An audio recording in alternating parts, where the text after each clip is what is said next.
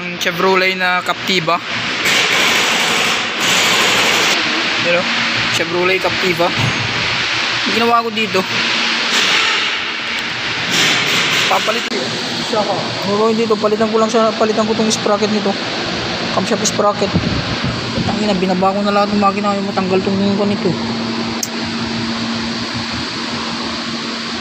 Chevrolet Captiva 2022. Kasi ang problema nito, maingay yung timing chain saka yung sprocket nya. Krak. Yun yung papalitan natin. Okay. Ayan. Mababa pa lahat. Visit lang sana ako nito. Palit lang sana ako nito. Yung timing sprocket nya, camshaft sprocket nya. Ngayon ang nangyari, tanggalin ko tong timing cover dito sa harapan. Hindi ko matanggal kasi andito yung oil pump. Kailangan tanggalin pa yung oil pan. Yung secondary oil pan nya kailangan pang tanggalin. Ngayon, kaya ako binaba tong buong makina na to kasi inayupak. May bolt dito sa likod sa in between ng transmission saka ng makina. Ngayon, pag doon sa transmission, putragis, wala mang space. Wala man lang butas. Kaya di ko in-expect na ibababa ko yung makina. Gulat yung may-ari kasi binaba ko yung makina eh. Ayan, binaba ko buo. Ayun. Siya. Natay ko na lang yung pyesa. Binaba ko na buo yung makina kasi hindi ko mababa. Tapos ang nangyari pa, nung pinilit ko yan, yung sa may oil pan niya sa baba, pinilit ko, may crack pa. How you doing? Yes, idol. Yung crack niya eh. Yan o. Yan. Kundi lang, maliit lang. So what's up guys, ito. Buo na natin to. Ito yung sa may camshaft sprocket niya. Yan. Bago na yan. Yung mga karton. Yan. Saka itong timing chain. Bago na rin to. Palitan natin. Saka yung timing guide. Ito. Timing guide na dalawa, saka yung tensioner.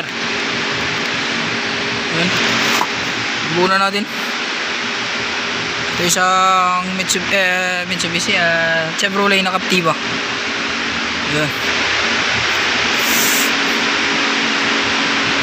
Ito yung timing nya. Yung timing nya sa baba. Naka-tap na yan. Update ko kayo guys pag nabuo ko na ito, naisalpak ko na dyan sa sasakyan. Pag-start natin. Yan lang guys.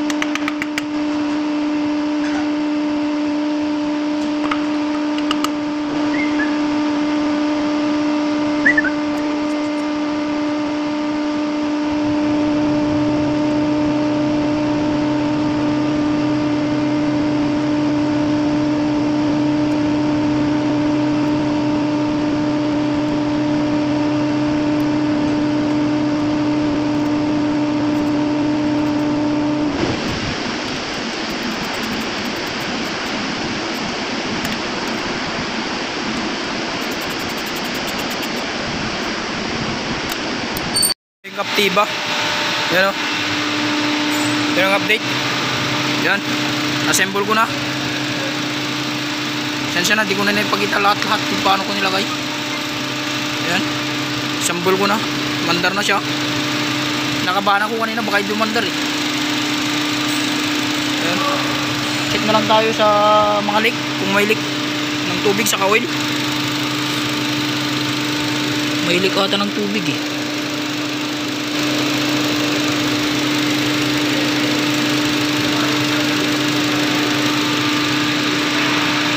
Yan o guys, ito na siya. Ito na ang update. Yan o. Ayun na lang natin yung cover.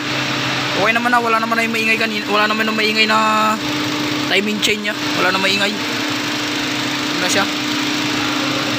Yan lang guys, thank you for watching. Like and share, follow my page and subscribe to my YouTube channel guys.